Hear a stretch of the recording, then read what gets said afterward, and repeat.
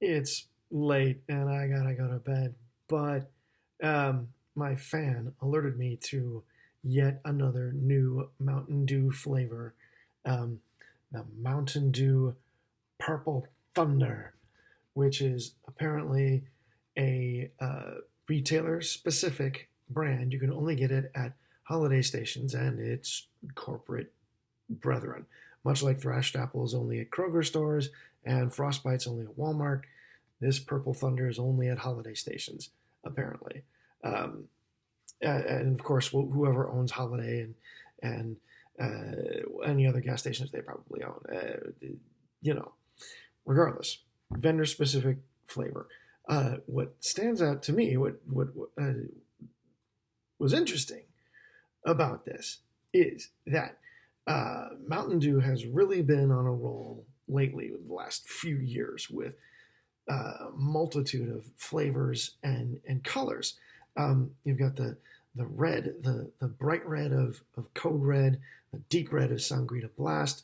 You've got the pink of Typhoon or Major Melon. You've got the orange of Livewire, or the sort of reddish orange of Flamin' Hot. Then you've got the yellow of the Baja Flash or Baja Gold. And then you've got the sort of yellow green of the original Mountain Dew. And then you've got many different shades of green. You got the pale green of Thrashed Apple. You've got the bluish green of Baja Blast, and you've got the deep green of Distortion from years ago. Um, and then you've got Voltage and Frostbite are blue. Um, but the interesting thing was when they went for a grape flavor, they sort of overdid it. They even did white flavors like Whiteout and the smoky Voodoo, and even the ginger holiday ginger snap from a couple of years ago. That was white, not colorless. It was white. They also did a colorless with ice, but um, as I was saying, with when they got to a grape flavor, they kind of overdid it, and they produced a very very deep purple that they just decided to go. Let's call it black, and so they had pitch black. So the Black Mountain Dew was the grape flavor, and in the flavor rainbow, purple is usually reserved for grape. So what are they going to do? In fact, when was told about this particular flavor by my fan, I was going back and forth with them, going, okay. They were saying, "Oh yeah, there's the grape flavor Mountain Dew." I'm like, "Yeah, that's pitch black. It was out over the holidays again. Seen it, done it." Like, no, this is totally different. It's something else. It's purple. I'm like, what? If it's purple, why would they do a purple grape flavor? They already got a grape flavor. Well, this one turns out to be a berry plum flavor. And I don't know that I've ever heard of a plum flavored soda before, but I guess we're gonna give that a try. And so the holiday stations also, I want to point this out. They think that this soda should be the official drink of bikers, I guess, because the little plums are riding motorcycles in the psychedelic label art here of Purple Thunder. So let's give this a try. It's been a while since I've had any plums, so I guess we'll see. Well, the berry probably just overpowers everything. Mm.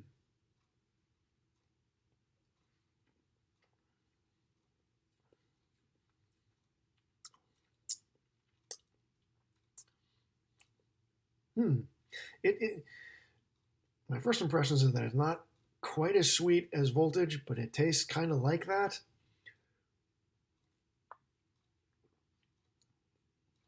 Having just done the review for Summer Freeze, which was um, Dew SA and Liberty Brew warmed over, um, this tastes very much like that. Because unsurprisingly, that Voltage berry flavor tends to overpower just about everything else. But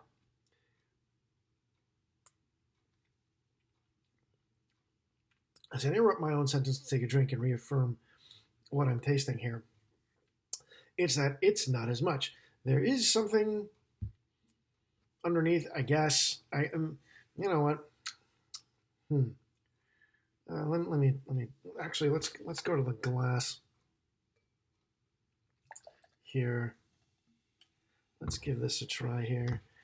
And as you can see, it is in fact a purple color. unlike the blue of Voltage or um, USA Summer Freeze.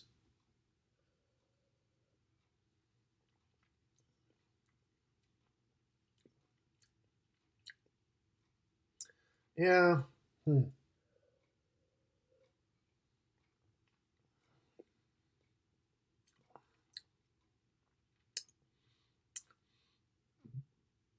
How does one tell whether something tastes like a plum? Because it tastes like a plum, stupid. Um, so this really, I don't get it. I'm, I'm looking for the plumness in here, but really, um, really, this is just Voltage, only less so. Yeah, this is a less painful version of Voltage. It doesn't taste quite as sweet. That mouthfeel is I don't know. I spent too much time chasing the flavor.